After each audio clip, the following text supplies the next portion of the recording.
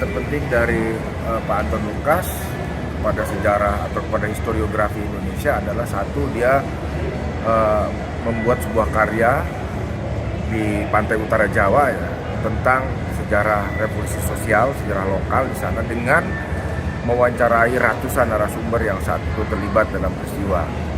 Dan itu karya historiografi yang ditopang oleh kekayaan sumber cerita lisan yang dia dapatkan, dan itu saya pikir salah satu jasa dari Anton Lukas ketika dia menulis cerita tentang revolusi sosial di tiga daerah. Yang kedua adalah pengetahuan mengenai revolusi sosial di tingkat lokal yang sangat dinamis saat itu, ya tentu dilakukan oleh Pak Anton Lukas, dan dia berhasil mengangkat sebuah kisah revolusi sosial di tingkat lokal dengan cara yang hidup, dengan cara yang sangat dinamis, dan itu membuat kita mempunyai rujukan tentang sejarah lokal. Saya beberapa kali ke Flinders University di Adelaide, dan di sana ada satu situs yang membuat saya terkesan, yaitu pendopo di kampus Flinders ya. Dan di pendopo itulah sebenarnya jejak terpenting dari Pak Anton Lukas, karena di pendopo ini lah fungsi diplomasi budaya Indonesia di Australia itu dilakukan. Beberapa karya seniman dari Indonesia pernah dipentaskan di sini.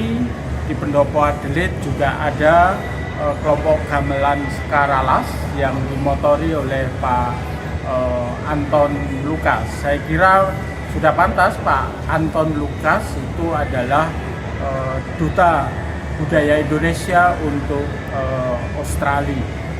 Selamat untuk Pak Anton Lukas atas anugerah kebudayaan Indonesia.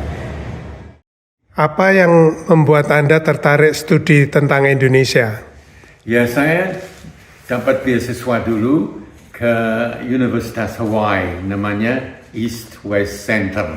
East West Center ini tempat penampungan sebagian besar orang Amerika Serikat yang ikut program Peace Corps.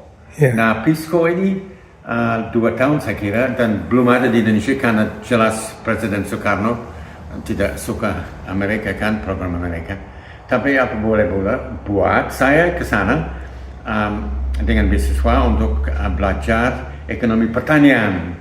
Tapi saya ketemu orang Peace Corps, mantan Peace Corps banyak yang sangat mengesankan adalah lancarnya bahasa Asia ya, bukan Indonesia karena nggak ada Peace Corps, tapi Taiwan, Mandarin berarti, terus Muay Thai, terus Tagalog, Philippines, dan saya terkesan, loh kok ini orang Barat lancar bahasa Asia. Terus saya memutuskan, oke dah, saya mendaftar belajar bahasa Indonesia dengan pengaruh dari orang Peace Corps ini. Tahun berapa itu Pak? Tahun 70. Tahun 70. Apa yang Anda temukan ketika studi Indonesia sejak tahun 70 hingga waktu itu, tentu saja bertahun-tahun ya, melakukan riset topik ini? Saya beruntung karena waktu sampai ke Jogja selain belajar bahasa, untuk selesai masters saya harus belajar bahasa Indonesia, dapat beasiswa ke Jogja. Saya juga diizinkan oleh Profesor Satono, ketua jurusan guru besar bahasa Indonesia, sejarah ya. Dia mengizinkan saya mengikuti mata kuliah dia Kapita Selecta Sejarah Indonesia. Saya senang bisa duduk berkenalan sama mahasiswa di jurusan sejarah. Nah, pernah sewaktu ketiga Pak Satono panggil saya ke rumahnya, saya suka mampir ngobrol-ngobrol. Dibilang, kemarin saya naik kereta api dari Jakarta, ketemu Bapak Sarimin Reksonegoro atau Reksodipuro. Dia mantan Bupati Brebes waktu zaman Jepang akhir dan revolusi. awal. Terus dia cerita sama saya diculik waktu itu istilahnya didaulat oleh pemuda Brebes dan dibawa ke selatan, keluar kota, dan saya diculik karena saya belum mau mengumumkan kemerdekaan Indonesia. Karena apa? Karena Jepang belum memerintahkan, belum mengizinkan saya. Dan pemuda marah dengan saya. Nah, saya kira, dan kemudian ini menyebar luas dari Brebes, Tegal, Pemalang. Banyak pangrai praja seperti saya yang merasa belum waktu mengumumkan kemerdekaan karena belum diberi perintah, diizin oleh Jepang, karena Jepang masih menjadi penjajah waktu itu. Masih menjabat, masih memerintah di situ. Oke, jadi Pak Sartono, almarhum Profesor Sartono, dan pertemuan dengan mantan Bupati Brebes itu yang membuat Pak Anton melakukan studi revolusi sosial di Pantura, Jawa? Antara lain. Selain itu di jurusan sejarah di Jogja, ada Pak Joko Suryo, Pak Kunto Wijoyo yang saya bisa kenal dan sering ketemu ngobrol-ngobrol.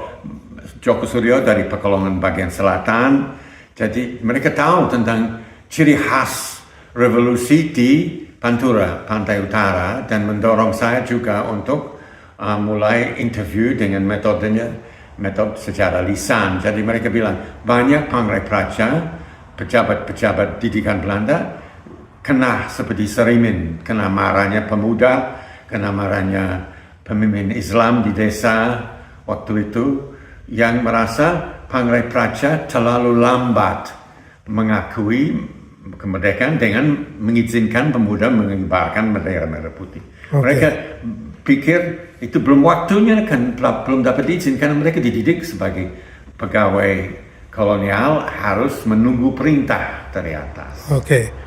Apa yang diinginkan Pak Anton dengan meriset sejarah lokal di Pantura ini untuk pembaca dan untuk teman-teman di Indonesia?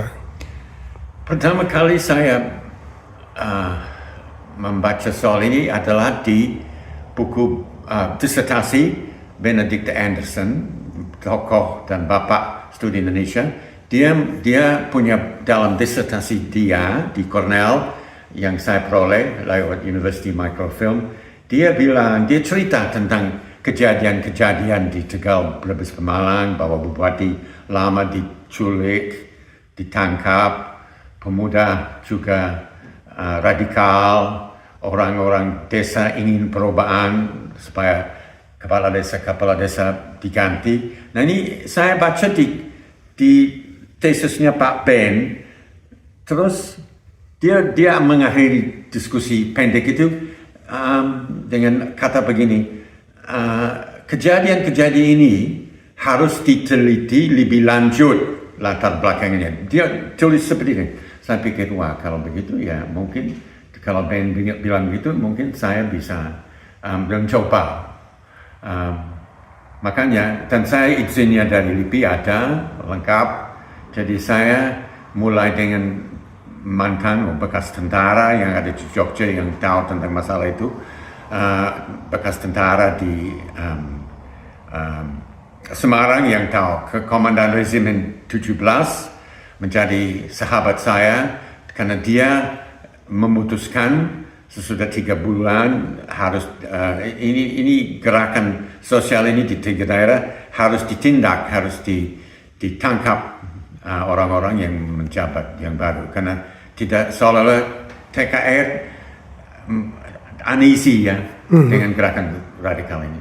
Oke, Pak Anton, sudah berapa buku yang Bapak tulis tentang Indonesia, termasuk riset Bapak tentang revolusi sosial di Pantura ini? Wah, nggak usah dihitung-hitung Mas. Nggak penting, yang penting nilainya untuk mahasiswa, nilainya untuk pemuda generasi baru, mudah-mudahan tertarik kepada sejarah sosial seperti Joko Surya dan Kunto Wijoyo yang juga mendorong saya, karena waktu itu belum ada penulisan kecuali dulu John Smile ada Ben Anderson akhirnya Pemuda Revolusi, fokus pada pemuda, tapi fokusnya saya mencoba memperluas ya, supaya kita melihat gerakan rakyat di tingkat bawah, bahwa misalnya lurah yang dianggap korupsi waktu itu, istilahnya mereka di sana diarak-arak di desa, di apa namanya istilahnya khusus, di dombreng dengan kaleng, dombreng dengan dikalungi padi, bukan untuk mengancam mereka, tapi untuk sebagian mengancam, mempermalukan. Ya, oke. Pak Anton, selain revolusi sosial, kan Bapak pernah menulis buku tentang politik lingkungan hidup, ya, polusi tanah dan sebagainya. Ya, bisa cerita sedikit? Ya, politik lingkungan itu, the dog is dead. Ya. So throw it in the river. Itu kawan kita yang Arif Jati itu.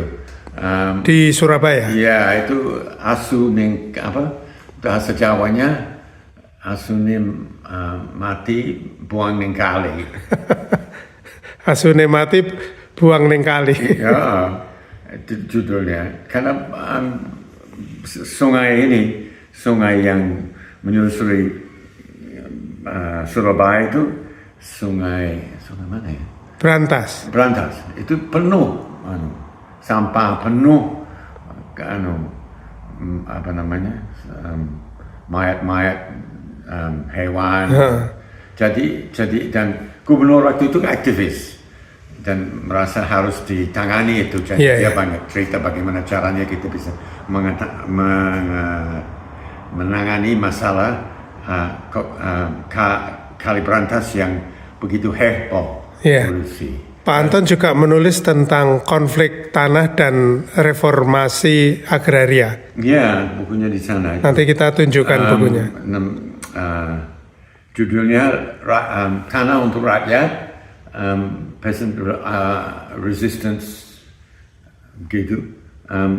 Kumpulan karangan, dengan Carol Warren, rekan dari Perth.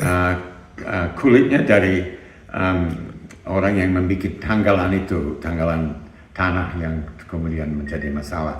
Pak Anton kan pernah mengajar bahasa Indonesia dan mata kuliah Indonesia dan sebagainya di Flinders selama berapa tahun, Pak? Dan murid-muridnya siapa saja? Mulai 81 saya diangkat, di interview, diwawancarai dari telepon, karena saya di Selandia Baru waktu itu, dan mereka mencari seorang yang bisa mengajar bahasa Indonesia. Tapi saya bilang saya senang sekali, kan selalu suka mempelajari bahasa Indonesia, tapi belum pernah ada pengalaman mengajar bahasa. Oh, nggak apa-apa, kepala jurusan bilang, karena Anda baru lulusan sejarah revolusi, itu juga penting untuk mengembangkan studi Asia di sini. Oke lah, saya sanggup. Gitu. Kemudian yang diajari ya mahasiswa yang berminat dengan alasan macam-macam, berminat mengunjungi Indonesia atau pekerja di Indonesia, atau waktu itu banyak minat ke Indonesia, banyak sekali peminat dan mahasiswanya banyak dan mereka rajin dan sangat motivasinya sangat tinggi. Ya, Pak Anton, apakah murid-murid Australia bimbingan Pak Anton itu sekarang di mana, Pak? Oh, di mana-mana. Misalnya? Ya, saya kan sudah lama pensiun, jadi mengikuti dari dekat enggak, tapi kami pernah merayakan 50 tahun Indonesia di sini atau 40 tahun. Pak Keith Fulcher penting sekali dalam cerita perkembangan Indonesia, bahasa Indonesia, pengajaran bahasa Indonesia. Dia latar belakang sastra, juga sehingga saya latar belakang sejarah dengan sastra jadi agak jalan bersama. Ya. Terus Pak Anton dan Ibu Kadar kan mewakafkan pendopo di Flinders. Dan di sini tentu saja bisa kita lihat ada gamelan dan sebagainya. Bagaimana perasaan Bapak dan Ibu yang masih melihat pendopo ada di Flinders dan juga masih ada yang aktif dengan permainan gamelan? Ini contoh gamelannya, bagus sekali. Saya sama Pak Keith punya ide untuk melestarikan pengajaran kebudayaan dengan gedung ini pertengahan 80 tahun dasar 80, karena nggak ada ruang khusus ya, ada ruang pengajaran bahasa khusus, tapi ini misalnya dengan ruang gedung ini kita undang seniman, kita bisa punya gamelan, kita bisa mengajari gamelan kepada mahasiswa, ada mata kuliah juga dalam apa istilah majornya dalam pelajaran Asian Studies, mahasiswa bisa mengambil gamelan sebagai elektif pilihan. Ya. Dan itu menarik orang Indonesia datang ke sini untuk melihat, bikin seminar, bikin juga kuliah untuk postgraduate juga di sini. Oke. Terima kasih.